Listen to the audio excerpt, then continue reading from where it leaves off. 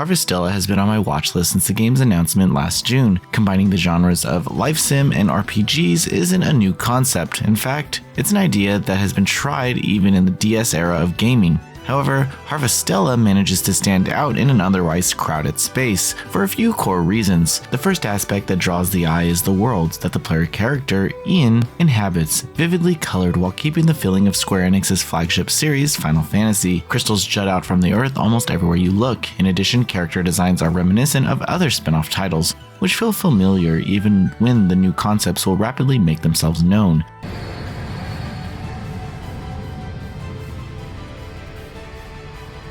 The central concept of farming has a unique identity despite the base mechanics being familiar with the genre. For example, vegetables grow surprisingly fast, as most crops can take only a day or two before they're ready to harvest, then shipped out. This speed of growth helps ensure that the player will quickly be able to start a flow of cash early on. Of course, farming isn't the only thing players will find themselves doing, as exploring dungeons require facing powerful monsters. The combat feels fresh with skill trees for each class, letting players progress in their favorite classes while leveling up will increase Ian's overall stats. The downside is that combat still hinges on pressing a single button while mixing in a skill every so often. Even job switching mechanics didn't help, as all that felt different between the mage and the fighter is the speed of the attacks and range. Additionally, separating classes means that if the fighter unlocks the dodge, the mage class won't have access to that skill. The ability to mix and match skills and classes would have added a layer of customization and an incentive to try out every class. Another trait I noticed is that most of the townsfolk act like traditional NPCs. They sit around in the same spot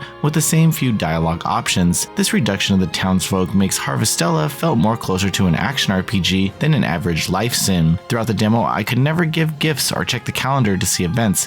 This could have been done to avoid spoilers in the early game, but the social aspect is a massive draw of live sim titles that Harvestella might not be focusing on. The story seems to be replaced with social aspects of life sim, focusing on defeating Quietus, a season between seasons where all life withers away. Add in a mysterious girl from a crystal spaceship, amnesia, and possible time travel, and Harvestella promises a story to rival any of Square Enix's other titles. Fans of both JRPGs and life sims will be able to find something in Harvestella that will keep them coming back. Whether it's farming, the story, or combat, the mixture of the three is well blended that players will have difficulty putting down their Switch. I was already excited for Harvestella, and playing the demo, despite the issues that I encountered, has me even more excited for the full release on November 4th, 2022. Thanks for watching. Please read the full preview at noisypixel.net. NoisyPixel is run by a group of gamers who work hard to deliver news, reviews, previews, and more. Please subscribe to keep up with all our future content.